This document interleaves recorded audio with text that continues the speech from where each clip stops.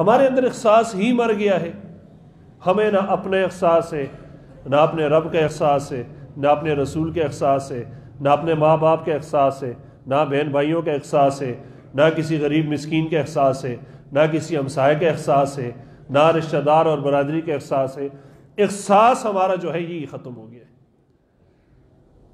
جب بندے کے اندر یہ احساس آ جائے گا کہ اللہ دیکھ رہا ہے، اللہ بولیے ذرا، اللہ دیکھ رہا ہے. یہ اللہ کی کرم نوازی ہوتی ہے کہ بندے کو یہ احساس مل جائے اللہ دیکھ رہا ہے. یقین جانیے دنیا میں ایک برائی نہ رہے، کوئی ایک بندہ کرپٹ نہ ہو، کوئی ایک بندہ ظالم نہ ہو، کوئی ایک بندہ کسی کی چیز لینے والا یا ہتھیانے والا نہ ہو، کوئی کسی پر ظلم کرنے والا نہ ہو، کوئی کسی کی کمزوری سے فائدہ اٹھانے والا نہ ہو، ظالم ظالم نہ رہے، مظلوم مظلوم نہ رہے. جب یہ احساس پیدا ہو جائے کہ اللہ دیکھ، ہمارے احساس ہی ختم ہو چکے ہیں. بنی اسرائیل کا وہ شخص جس نے 99 قتل کیے، 99 قتل کیے، اور گئے ایک راہب کے پاس، دل میں ندامت ہوئی کہ 99 قتل کر دیے، اب تو بڑا مشکل ہے، جائیں پوچھتے ہیں کسی سے. راہب کے پاس گیا، کہا 99 قتل کر دیے ہیں، کیا توبہ کی کوئی گنجائش ہے؟ ابھی اس کو احساس پیدا ہوا ہے کہ مجھے توبہ کر لینی چاہیے. اس نے کہا 99 قتل کرنے کے بعد کون سی گنجائش ہے؟ تو اس نے کہا چلے سینچری پوری کر دیتے ہیں، پھر ایک اور بھی قتل ہو گیا، اگر میری بخشش نہیں 99 پر تو ایک اور بھی ویسی بخشش نہیں.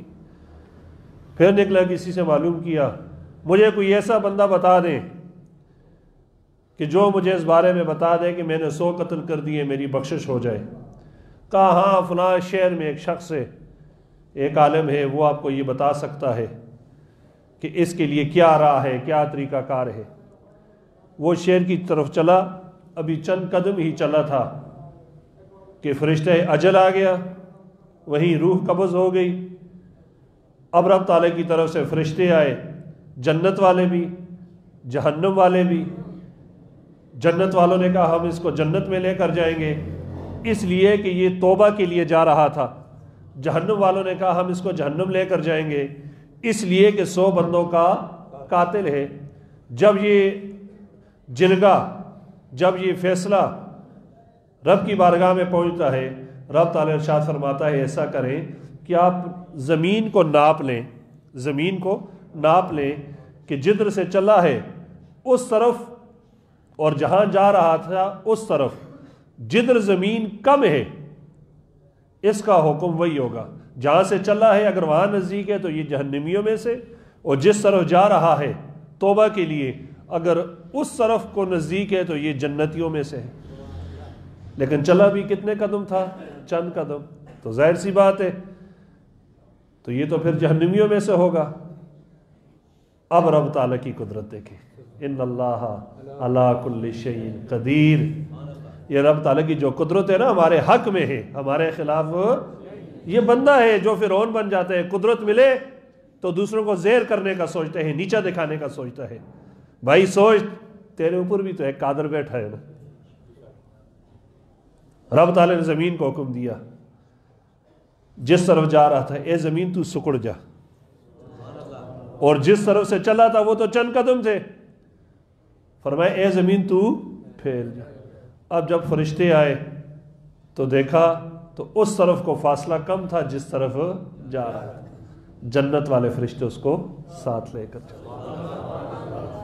یہ رب کی رحمت ہے.